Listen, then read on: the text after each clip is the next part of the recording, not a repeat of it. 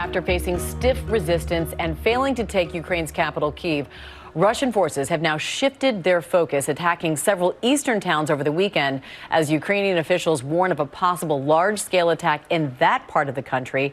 President Zelensky warning his citizens that, quote, Russian troops will move to even larger operations in the east of our state. We want to bring in now ABC News Foreign Correspondent James Longman. He's just outside Kyiv. James, appreciate having you as always. This shift east and the shift in focus to the east, what could this mean? Well, it's just going to be a very different war, TJ, and where I am now kind of gives you a good sense of that. This is what remains of Russian troops that were trying to attack Kyiv from the east.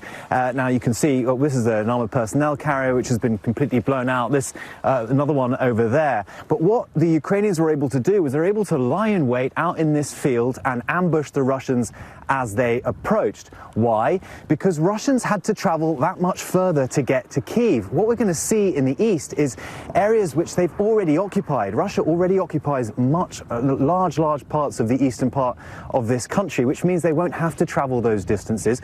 They also thought, I think, coming into this country to begin with, they were going to be welcomed as liberators. They were going to have Ukrainians on the streets with Russian flags. That didn't happen. They now know that. So what we're going to see in the east, I think, is a much more brutal war that Russia knows it has to fight rather than just arrive in, and it could be kind of long and bloody.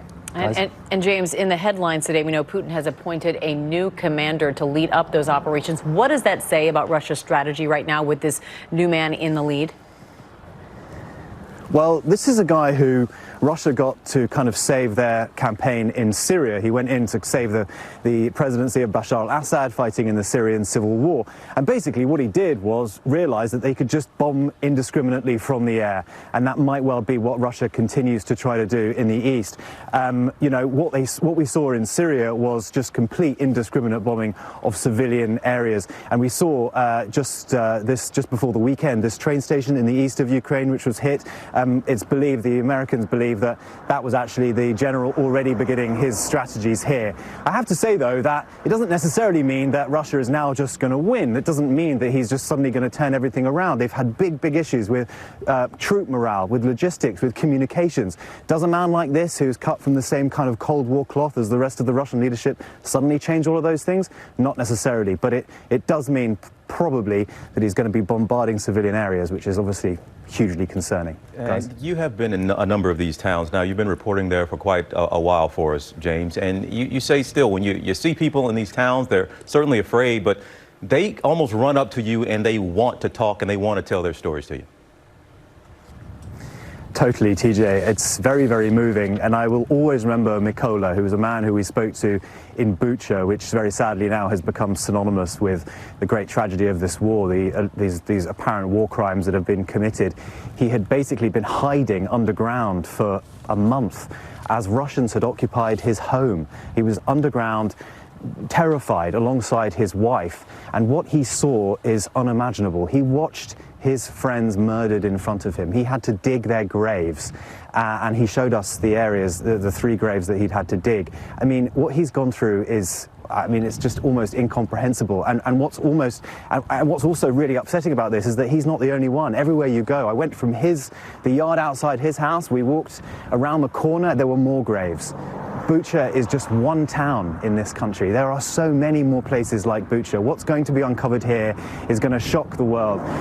This is a crime scene and a war zone at the same time. When it's no longer a war zone, people are going to properly be able to investigate what's gone on here, and it is completely heartbreaking. And James, and you've shown us those images. We've heard from all of those Ukrainians, and I'm curious, when you talk to the people there who are there, how do they feel about the international support they've received? We know that Britain has just announced $130 million more worth of weapons to Ukraine to help fight Putin and Russia. Do they feel adequately supported? Well, one thing that all Ukrainians know about are the javelins, these rocket launchers that have been supplied. I mean, actually, when you go to some towns, they shout, "Javelin, javelin," because they see foreigners and they know to say this because they know it's made such a big difference. But I spoke to a Ukrainian general who was saying to us, well, we've got 1 javelin for every Russian tank. We now need 10 javelins for every Russian tank. They're also talking about much heavier weapons that they need, anti-aircraft machinery, tanks themselves, jets to fly in the sky, because as I've just been talking about, what they're currently currently facing from the Russians in the east is much, much worse than they've faced already, and that is why Ukrainians are asking for so much more. James, we appreciate you as always, the work you have been doing there for weeks on end. Thank you so much, and to our entire crew there and everybody, you all stay safe. Thanks so much. Thanks, guys. Well, hey there, GMA fans. Robin Roberts here. Thanks for checking out our YouTube channel. Lots of great stuff here. So go on, click the subscribe button right over here to get more of awesome videos and content from GMA every day, anytime. We thank you for watching, and we'll see you in the morning on GMA.